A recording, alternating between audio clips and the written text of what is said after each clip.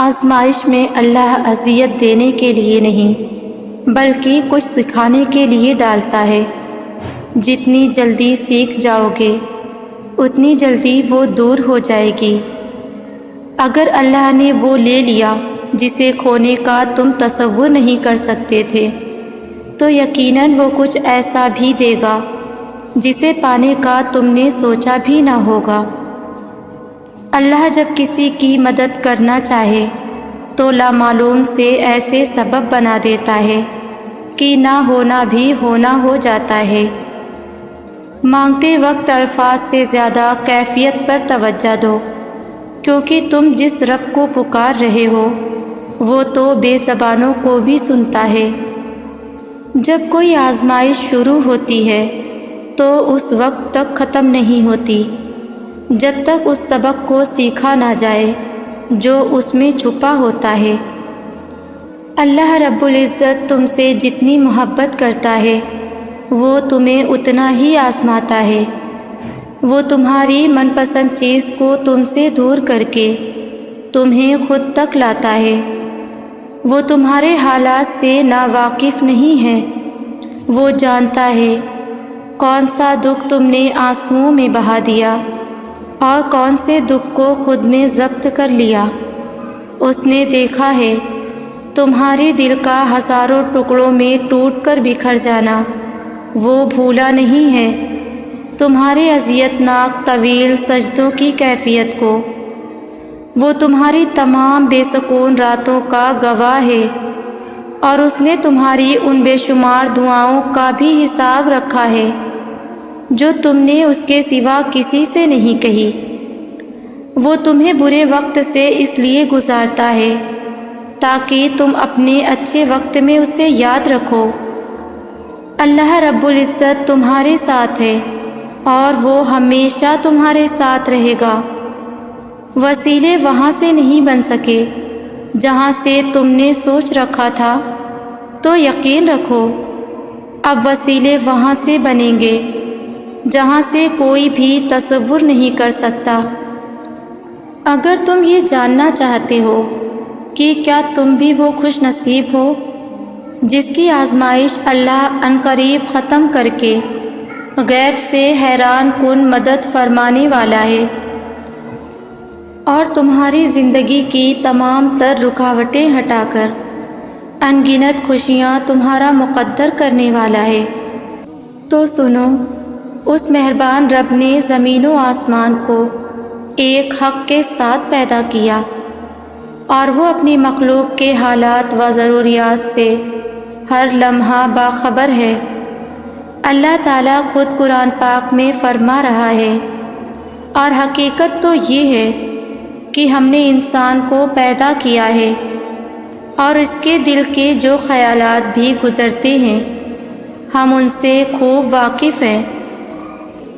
اگر تم یہ جاننا چاہتے ہو کہ کیا تم بھی وہ خوش نصیب ہو جس کی آزمائش اللہ عنقریب ختم کر کے غیب سے حیران کن مدد فرمانے والا ہے اور تمہاری زندگی کی تمام تر رکاوٹیں ہٹا کر ان گنت خوشیاں تمہارا مقدر کرنے والا ہے، تو سنو، اس مہربان رب نے زمین و آسمان کو ایک حق کے ساتھ پیدا کیا اور وہ اپنی مخلوق کے حالات و ضروریات سے ہر لمحہ باخبر ہے۔ اللہ تعالیٰ خود قرآن پاک میں فرما رہا ہے، اور حقیقت تو یہ ہے کہ ہم نے انسان کو پیدا کیا ہے اور اس کے دل میں جو خیالات بھی گزرتے ہیں ہم ان سے خوب واقف ہیں، اور اسی کی نشانیوں میں سے ہے کہ وہ تم کو خوف اور امید دکھانے کے لیے بجلی دکھاتا ہے اور آسمان سے بارش برساتا ہے، پھر زمین کو اس کے مر جانے کے بعد زندہ شاداب کر دیتا ہے۔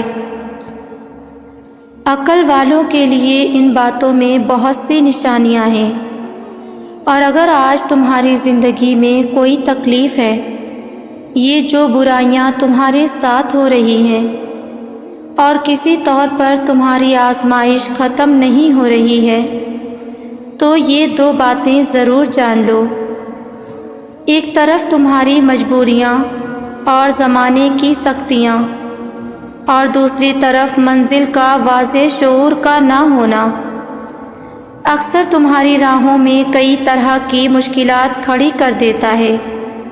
جان رکھو، جس طرح کشتی ساحل پر محفوظ تو رہ سکتی ہے، مگر اس کی تعمیر کا یہ مقصد نہیں ہوتا، بالکل اسی طرح تم اپنے مقصد کو بھول کر اپنا راستہ ہی گم کر لیتے ہو، جس کی وجہ سے تمہاری زندگی کی کشتی بھی منجدھار میں پھنس کر رہ جاتی ہے۔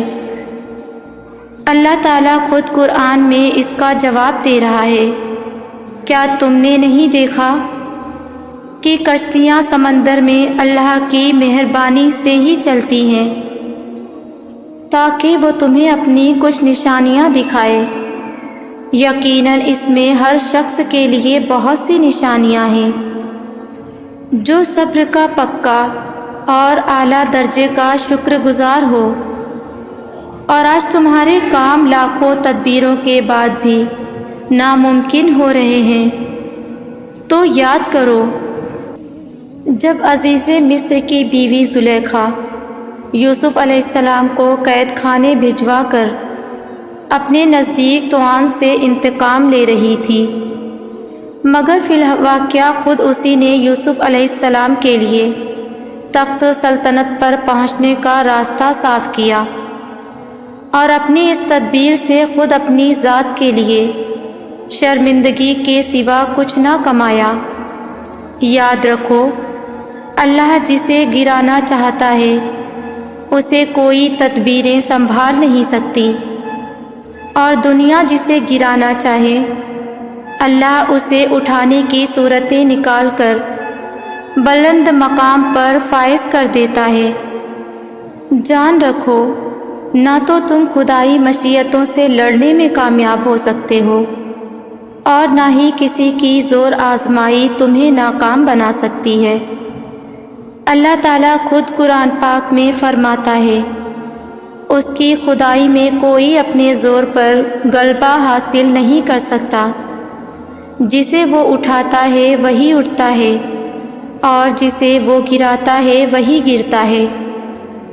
اور اگر تمہاری زندگی میں تمہاری کوئی کوشش ناکام ہو گئی ہے اور تمہیں لگتا ہے کہ تم مسلسل کسی گھاٹے اور تکلیف میں مبتلا ہو، تو سنو، نبی کریم صلی اللہ علیہ وسلم نے فرمایا، مومن کے ہر معاملے میں نفع ہی نفع ہے۔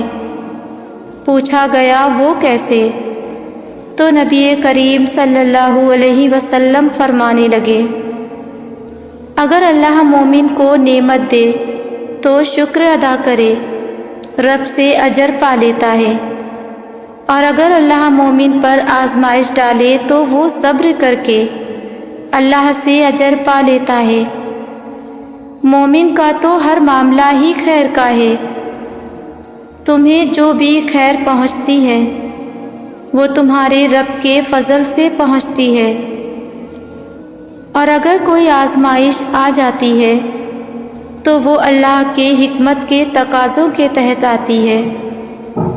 لہٰذا تم پر جب بھی کوئی مصیبت واقع ہو جائے تو ہرگز بے صبری کا مظاہرہ کر کے اپنی ہمت کو بے جا کمزور مت کرنا، کیونکہ اللہ نے کوئی رات ایسی نہیں بنائی جس کا سحر نہ ہو، اور جانتے ہو جب اللہ تمہاری آزمائش ختم کرنے لگتا ہے تو وہ تمہیں کچھ حیران کن نشانیاں ظاہر کرتا ہے، جس میں ایک نشانی تو یہ بھی ہے کہ وہ تمہارا دل یکسو کر کے اس طرف جما دیتا ہے جہاں تمہارے لیے نجات ہے، اور اسی راہ کو اختیار کرنے کے بعد کسی دوسرے راستے کی طرف اتفاق بھی نہیں ہونے دیتا، کیونکہ جب تمہاری سوچ تمہاری پسند ناپسند اس اقدار اور بلند معیار کے مطابق ہو جاتی ہے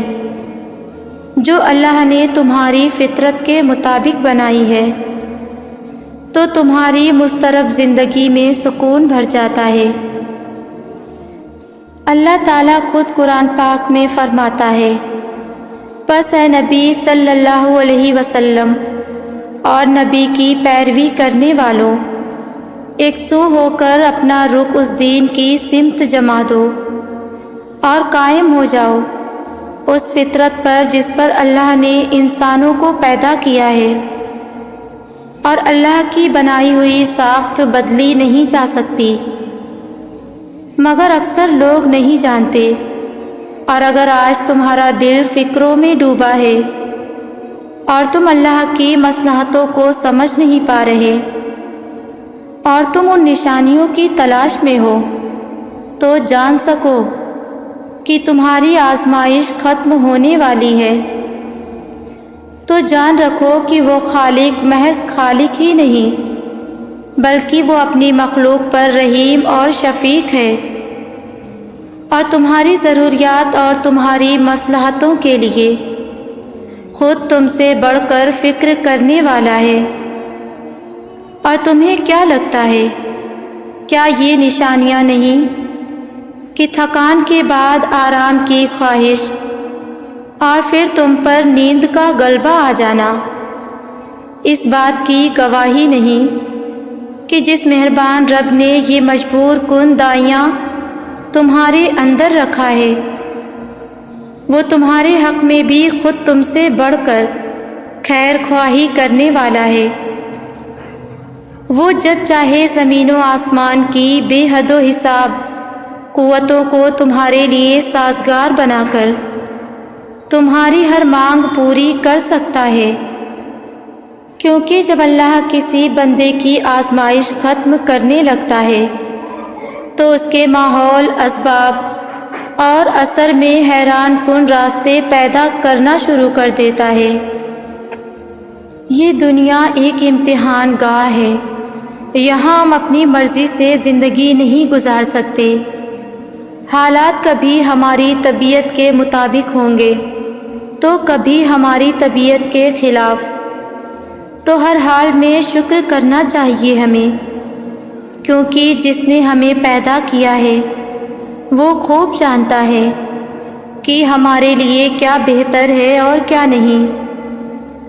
اللہ تمہاری برداشت کی طاقت کو نہیں آزماتا، وہ تمہارے ایمان کا امتحان لیتا ہے، اور انہی کا لیتا ہے جن کو اپنا دوست بنانا چاہتا ہے۔ اللہ کو تمہاری برداشت کی حد معلوم ہے، اور اللہ کبھی تمہیں اس حد سے زیادہ غم نہیں دیتا۔ تمہیں لگتا ہے اب ہم تھک گئے ہیں، مگر تھکتا تمہارا ایمان نہیں ہے، بس حوصلہ گھبرا جاتا ہے۔ جب اللہ کن کہتا ہے تو ناممکن ممکن بن جاتا ہے، اور دعائیں مقدر پہ بھاری پڑ جاتی ہیں۔ صبر ایک بہت مشکل آزمائش کا نام ہے۔ زندگی کے اکثر مقام ایسے آتے ہیں جب انسان کہتا ہے کہ آخر کب تک، میں ہی کیوں، اور بے شک یہ فطری طور پر ہوتا ہے، بہت تھک جاتا ہے انسان۔ اللہ پاک نے قرآن میں فرمایا ہے کہ تم مجھے ویسا ہی پاؤ گے جیسا میرا گمان کرو گے۔ یہ ہم سب پڑھتے ہیں لیکن سمجھتے نہیں۔ تم جانتے ہو کہ حضرت موسیٰ علیہ السلام کے پیچھے فوج لگی ہوئی تھی، تب اللہ نے کیوں سمندر کو 2 حصوں میں بانٹ دیا؟ تم جانتے ہو کہ حضرت ابراہیم علیہ السلام کو آگ میں جانے کا حکم دیا گیا، تو کیوں اس نے آگ کو ٹھنڈا کر دیا؟ تم جانتے ہو کہ کیوں اس نے حضرت یوسف علیہ السلام کو کنویں میں بھی پالا؟ کیا تم جانتے ہو کہ کیوں اس نے حضرت ہاجرہ کو صحرا میں بھی زمزم دیا؟ کیوں حضرت یونس علیہ السلام کو مچھلی کے پیٹ میں بھی محفوظ رکھا؟ کیوں حضرت زکریا علیہ السلام کو عمر کے آخری حصے میں بھی اولاد سے نوازا؟ ان سب میں ایک چیز مشابہ تھی اور وہ ہے یقین۔ ان میں سے کسی نے بھی ہمت نہیں ہاری۔ انہوں نے یقین رکھا کہ خدا راستہ نکالے گا، اور دیکھو خدا نے راستہ نکالا بھی۔ وہ اس پر یقین رکھ کر آگے بڑھتے رہے، اور دیکھو اس رب نے بھی انہیں مایوس نہیں کیا۔ اور توکل تو یہ ہے کہ جب سارے راستے بند ہوں اور تم کہو اللہ راستے بنانے والا ہے، اور جب تم اس کا اچھا گمان رکھو گے تو یقیناً سب اچھا ہی ہوگا، اور پھر دیکھنا وہاں سے راہیں نکلیں گی جہاں تمہارا وہم و گمان بھی نہیں جا سکتا۔ اس لیے اللہ نے قرآن پاک میں فرمایا ہے کہ جب بندہ بہت پریشان ہو جاتا ہے تو پھر اس کو تسلی دی گئی ہے کہ بے شک ہر تنگی کے بعد آسانی ہے۔ اللہ رب العزت کے سامنے ایسے گڑ گڑا کر مانگے کہ اللہ پاک آپ کے آنسوؤں کو دیکھ کر فوراً عطا کر دے۔ ہم نے بھی ہر حال میں اسباب کو اختیار کرتے ہوئے صرف اللہ پاک کی رحمت کی طرف توجہ کرنی ہے۔ انشاءاللہ اللہ پاک سب کے کام بنائیں گے۔ قرآن پاک میں اللہ تعالیٰ فرماتے ہیں، جب میرے بندے میرے بارے میں آپ سے سوال کریں تو آپ کہہ دیں کہ میں بہت ہی قریب ہوں، ہر پکارنے والے کی پکار کو جب بھی وہ مجھے پکارے قبول کرتا ہوں۔ اس لیے لوگوں کو بھی چاہیے وہ میری بات مان لیا کریں اور مجھ پر ایمان رکھیں، یہی ان کی بھلائی کا باعث ہے۔ ہدایت اور اللہ کی محبت دو ایسی چیزیں ہیں جو انسان کو مانگے بغیر نہیں ملتی۔ اللہ سے رجوع کرنے میں دیر نہ کرو،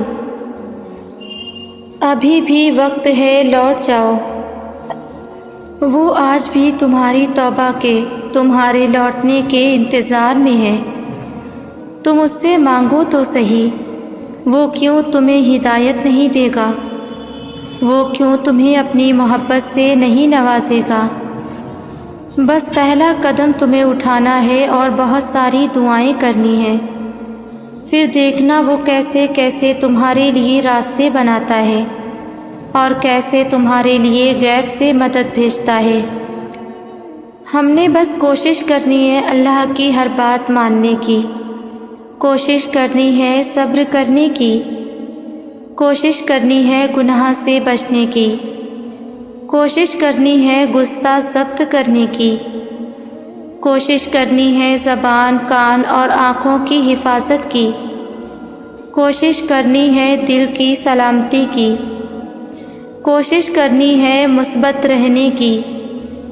ہمارے بس میں صرف کوشش ہی تو ہے، اس سے زیادہ اللہ نے ہم سے ڈیمانڈ بھی کیا کیا ہے؟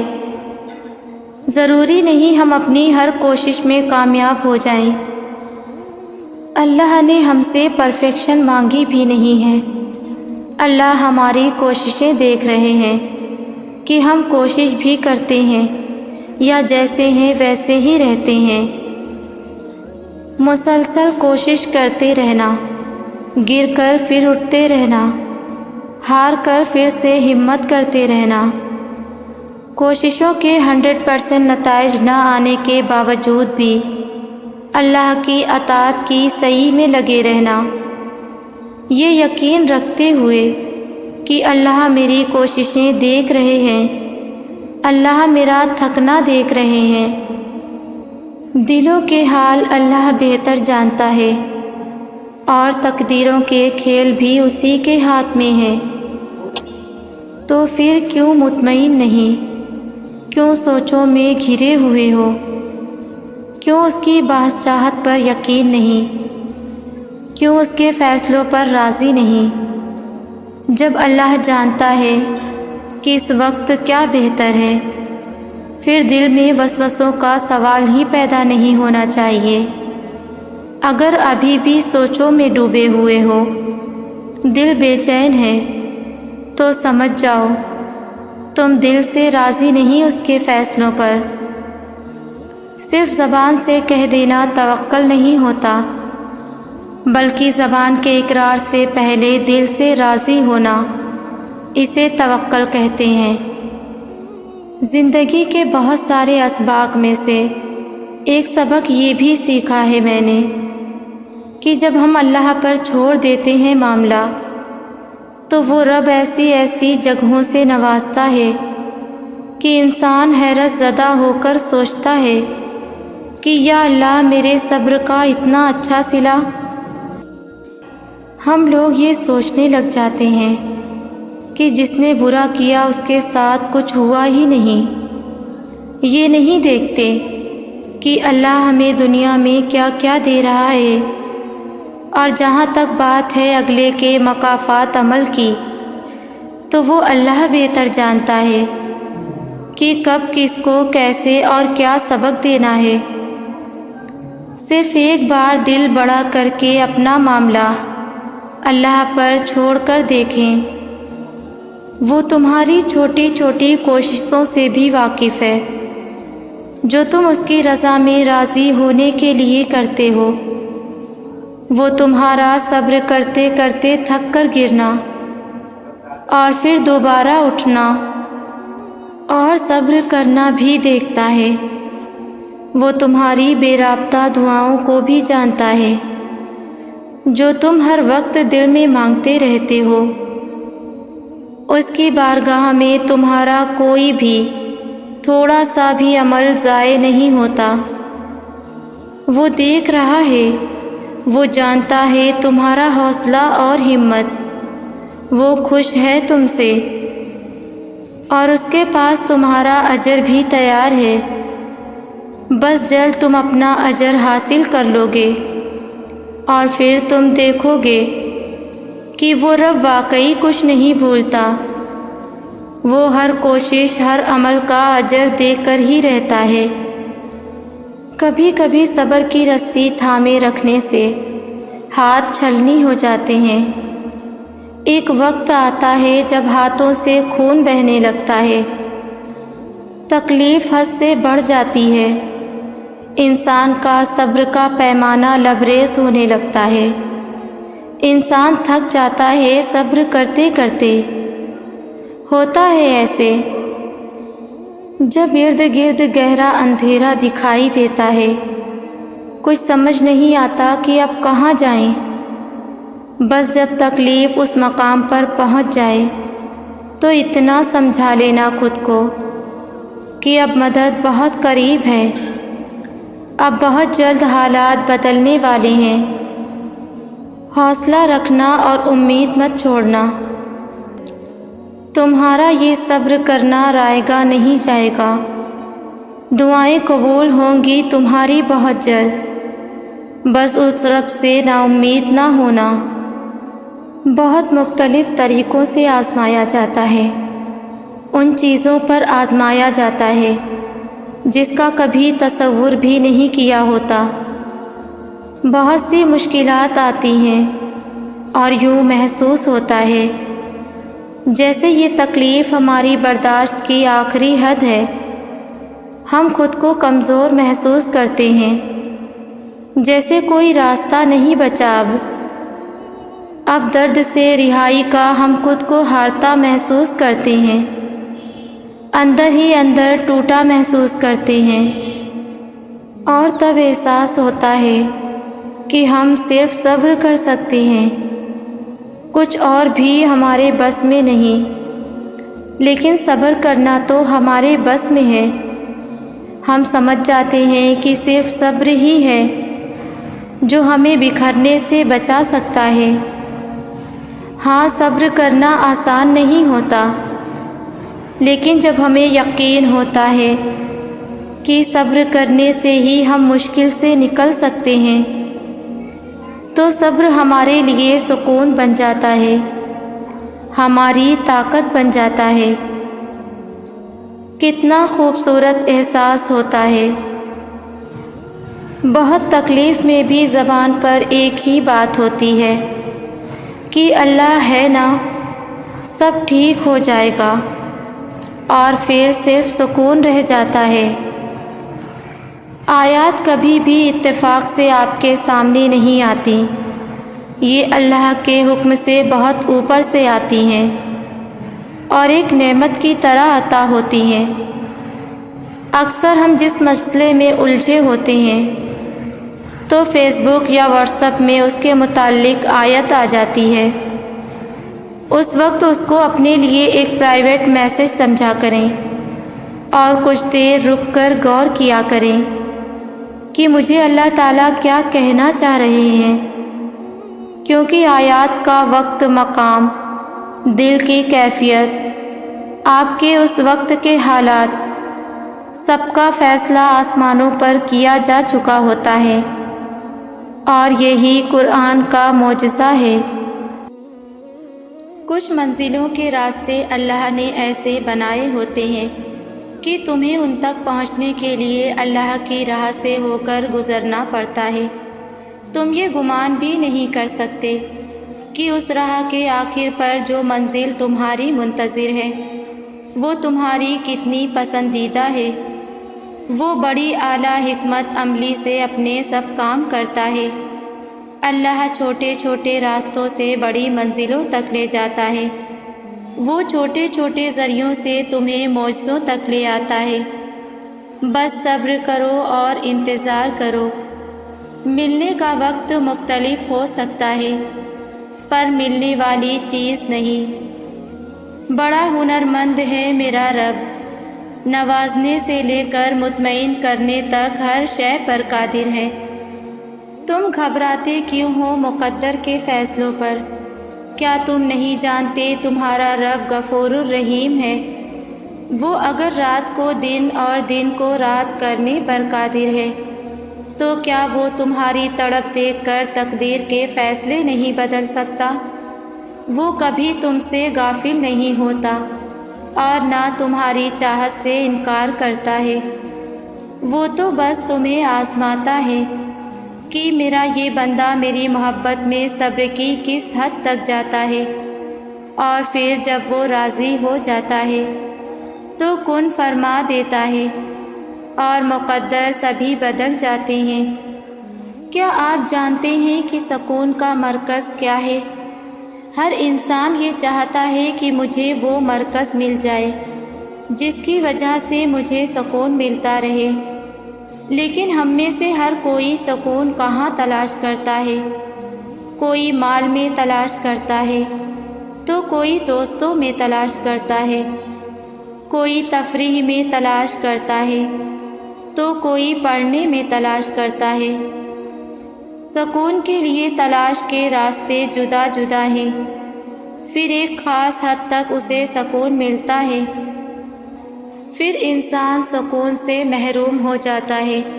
یاد رکھیے گا، سکون اور اطمینان کا مرکز صرف اللہ تعالیٰ کی ذات ہے۔ سکون تو صرف اللہ کی یاد میں ہے۔ کامیاب وہی ہے جو اللہ تعالیٰ کو اپنا سب کچھ بنا لے۔ بات سادہ سی ہے اور بات گہری ہے۔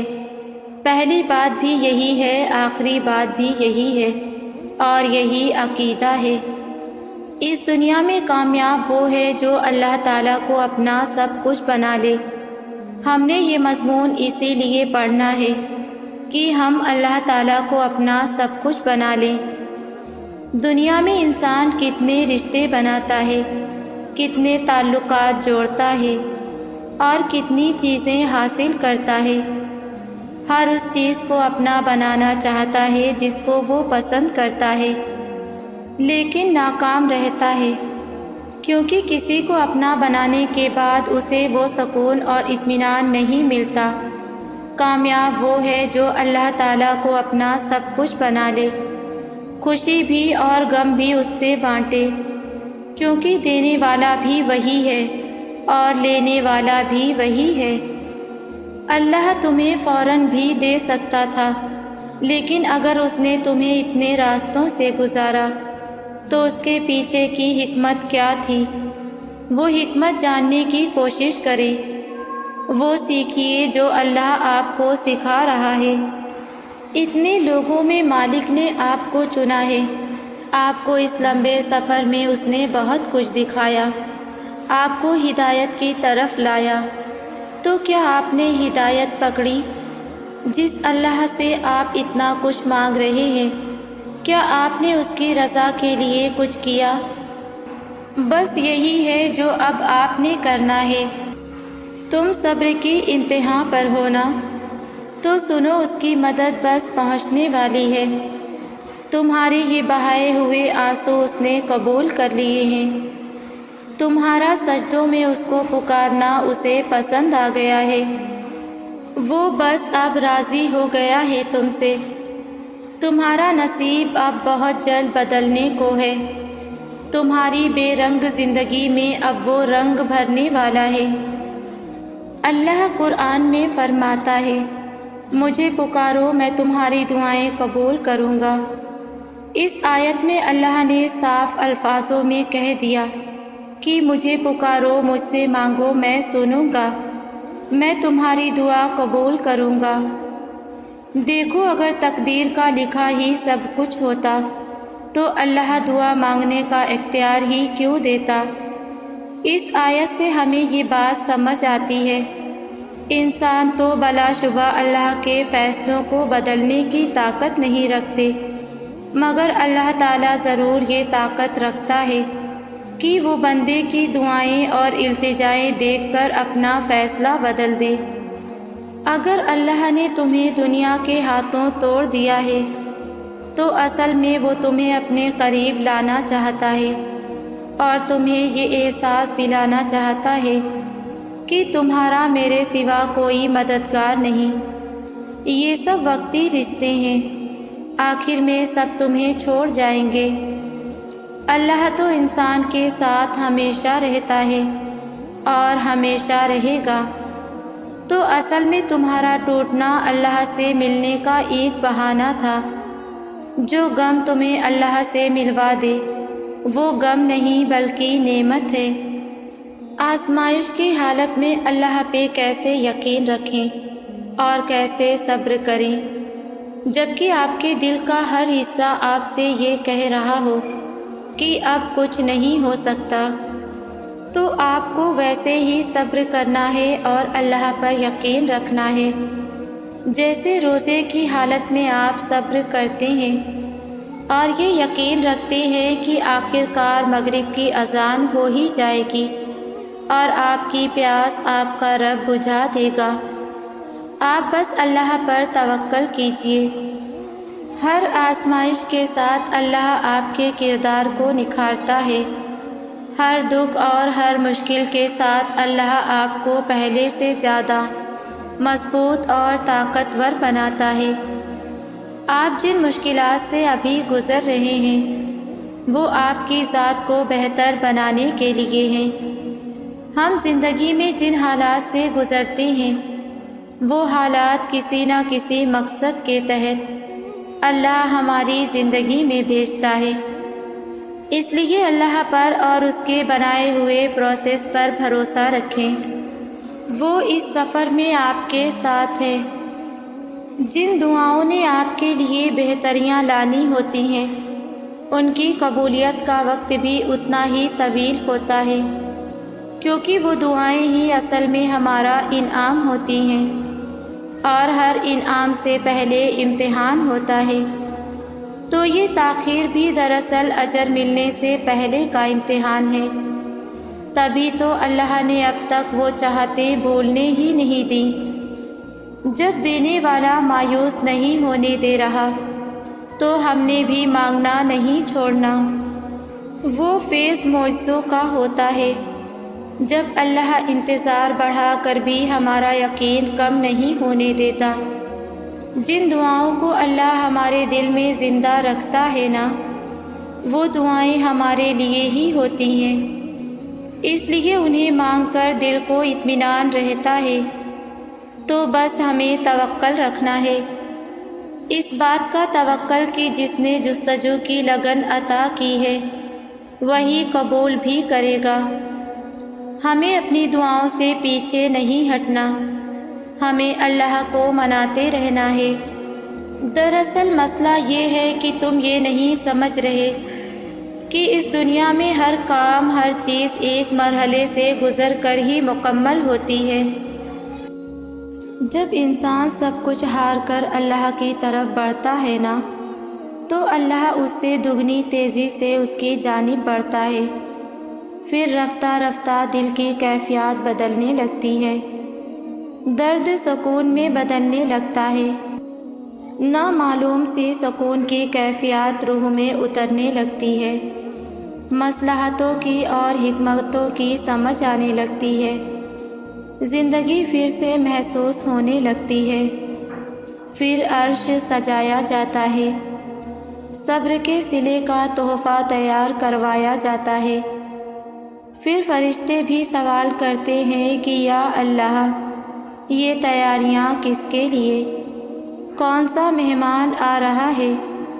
تو بتایا جاتا ہے، آج میرا بندہ کئی برسوں کی تھکن کے بعد، کئی ندامتوں کے بعد مجھ سے صلح کرنے آ رہا ہے۔ پھر اللہ ہمارا انتظار کرتا ہے۔ پھر ہم جب اس کی بارگاہ میں پہنچتے ہیں، اس کی مہمان نوازی میں جو سجدہ کرتے ہیں، وہ معمول کے سجدوں سے بہت الگ ہوتا ہے۔